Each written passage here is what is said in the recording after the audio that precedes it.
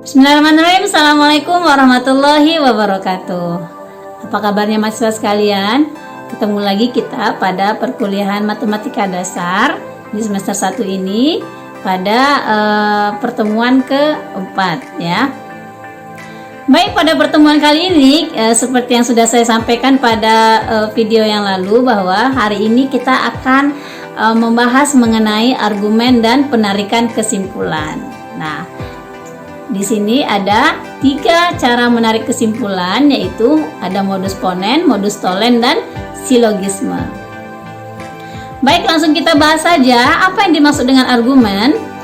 Argumen adalah rangkaian pernyataan yang mempunyai ungkapan penarikan kesimpulan ya. Nah, argumen ini sendiri merupakan pernyataan ya, atau memiliki pernyataan yang pernyataan tersebut ada 2 kelompok, yaitu yang disebut dengan premis atau hipotesis dan yang disebut dengan konklusi atau kesimpulan. Nah, kita lihat contohnya ya. Ini ada contohnya, semua bilangan genap habis dibagi 2 ya. Ini merupakan sebuah premis. Kemudian ada premis lagi, 8 adalah bilangan genap. Dengan demikian bisa disimpulkan bahwa 8 habis dibagi 2. Nah, itu contoh dari argumen ya. Berarti ada beberapa pernyataan, ada yang terdiri dari premis dan ada terdiri dari konklusi ya. Baik, berikutnya ada penarikan kesimpulan. Tadi juga sudah saya sampaikan di awal bahwa ada yang namanya modus ponen, modus tolen, dan silogisme. Kita bahas satu persatu bagaimana cara penarikan kesimpulannya.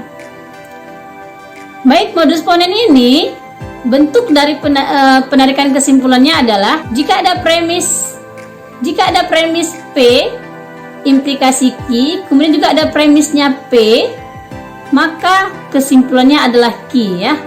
Nah, ini disebut dengan premisnya, kemudian ini disebut dengan konklusinya atau kesimpulannya ya. Dengan demikian, ini maksudnya adalah jika ada premis di sini jika P maka Q, kemudian premis berikutnya adalah P, maka kesimpulannya adalah Q gitu ya. Nah, kita lihat di sini contohnya. Jika hari hujan maka terjadi banjir. Jika P maka Q ya. Hari ini hujan. Ini P ya, maka kesimpulannya Q ya, maka terjadi banjir ya. Kesimpulannya terjadi banjir. Ini adalah contoh dari modus ponen. Nah, kalau kita lihat tabel kebenarannya, maka dia bernilai benar semuanya ya. Ini dia. Oke, kita masuk ke modus tolen. Bagaimana bentuknya? Nah, ini dia ya.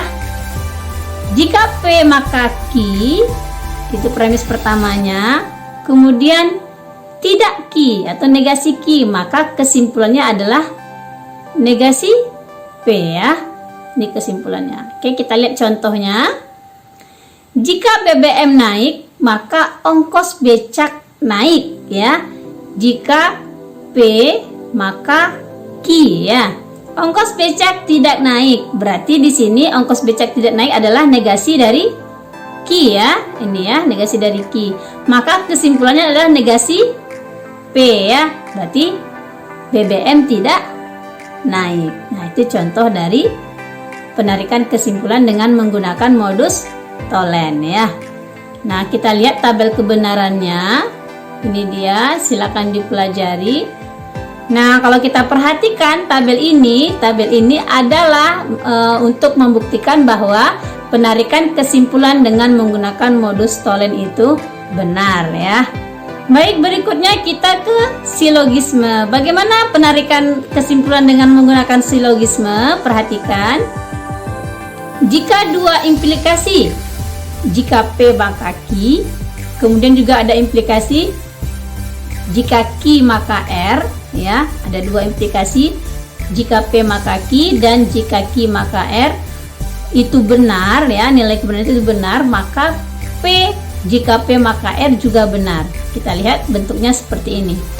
Ini merupakan premis pertamanya jika P maka Q, kemudian ada premis kedua jika Q maka R, maka kesimpulannya adalah jika P maka R ya.